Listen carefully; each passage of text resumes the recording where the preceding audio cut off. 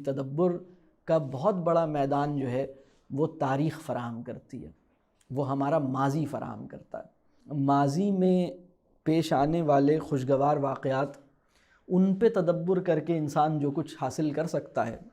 اس سے کئی گنا زیادہ ماضی میں پیش آنے والے سانحے کے اوپر تدبر کر کے انسان حاصل کرتا ہے۔ ہم پر ایک بہت بڑا قرض یہ ہے کہ ہم اتنی بڑی قیمت جو ہم نے ادا کی ہے، تو اس سے جو ہمیں سبق لینا چاہیے اور جو کچھ ہمیں سیکھ لینا چاہیے اور جو کچھ ہمیں سمجھ لینا چاہیے، ہم اس کو سمجھ نہیں پائے۔ 16 دسمبر 1971 کا جو دن ہے، میں سمجھتا ہوں کہ ہماری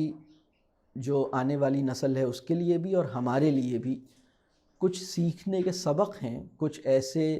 لیسنز ہیں جو ابھی تک میرے خیال میں ہم اس کو کھول نہیں سکے ہیں، اس کو پڑھ نہیں سکے ہیں، اس سے جو ہمیں سبق لینا تھا وہ سبق لے نہیں سکے ہیں۔ ہمارا درسی کتب کا فہم ہمیں یہ بتاتا ہے کہ یہ ایک سیاسی مسئلہ تھا اور سیاسی مسئلہ حل نہیں ہو سکا اور اس کے نتیجے میں یہ چیز ہو گئی، تو وہ ایک بڑا سیف اسٹیٹمنٹ ہوتا ہے، وہ بڑا اس میں جو ہے وہ بڑی اس کے اندر ایک چھپا ہوا ادھورا پن ہوتا ہے، اس کے اندر ایک بہت سے انکہی پہلو ہوتے ہیں، اس کے اندر بہت سی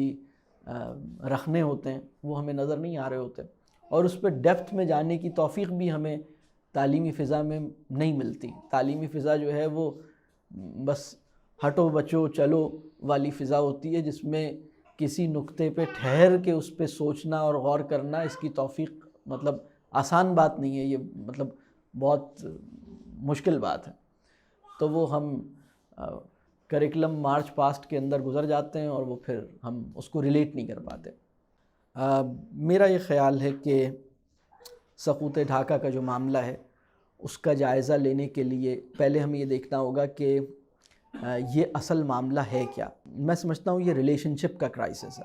ہم ریلیشن شپ نبھا نہیں پائے۔ لیکن اب ایک اور چیز دیکھنے کی ہے، اور دیکھنے کی چیز یہ ہے کہ تعلق بنتا کیسے اور تعلق مستحکم کیسے ہوتا ہے، اور پھر تعلق کمزور کیسے ہوتا ہے، اور پھر تعلق ٹوٹتا کیسے۔ ہمارا ریلیشن شپ بنا کس بنیاد پہ تھا؟ کسی تعلق کے پیدا ہونے کی سب سے کمزور سطح یہ ہے کہ وہ ضرورت کے تحت پیدا ہو۔ ضرورت کا جو کیڑا ہے، یہ جس دھاگے کو بنتا ہے، یہ ضرورت کا کیڑا کوئی بھی دھاگا بہت تیزی سے بن لیتا ہے، یعنی سب سے تیزی سے بنا جانے والا دھاگا یہی ہے۔ تو آپ یہ کہہ سکتے ہیں کہ یہ پہلا دھاگا ہے۔ دوسرا دھاگا وہ ہے جس میں جذبات اور خواہشات ایڈ ہو جائیں، یہ بھی تیزی سے بن دیا جاتا ہے۔ پھر ایک تیسرا، یعنی تعلق ضرورت کی سطح، تعلق جو ہے وہ جذبات اور خواہشات کی سطح پر پھر استوار ہو گیا، اور پھر تعلق اس سے اوپر کی سطح ہے کہ ہم تعلق کے اندر ایک مقصدیت، معنویت، ایک فکری کہہ لیجئے تناظر، تعلق کو ایک فکری تناظر میسر آ جائے، تعلق کو ایک نظریہ میسر آ جائے، تعلق کو ایک فکری کمک میسر آ جائے، اور اگر تعلق کو ایک ایمانی قوت میسر آ جائے، تعلق کو ایک کسی بڑے نظریے کی قوت جو ہے وہ اس تعلق کو تھامنے کا کہہ لیجیے ذمہ لے لے، تو پھر یہ تعلق جو ہے وہ بہت مضبوط ہوتا ہے۔ لیکن جو فکر اور نظریے کا دھاگا ہے، جو تعلق کو تھامے رکھنے کا سب سے معتبر اور سب سے دیر پا اور سب سے مضبوط دھاگا ہے، اس کا بننا جو ہے وہ جلدی میں نہیں ہوتا، وہ اتنی جلدی نہیں بنا جا سکتا۔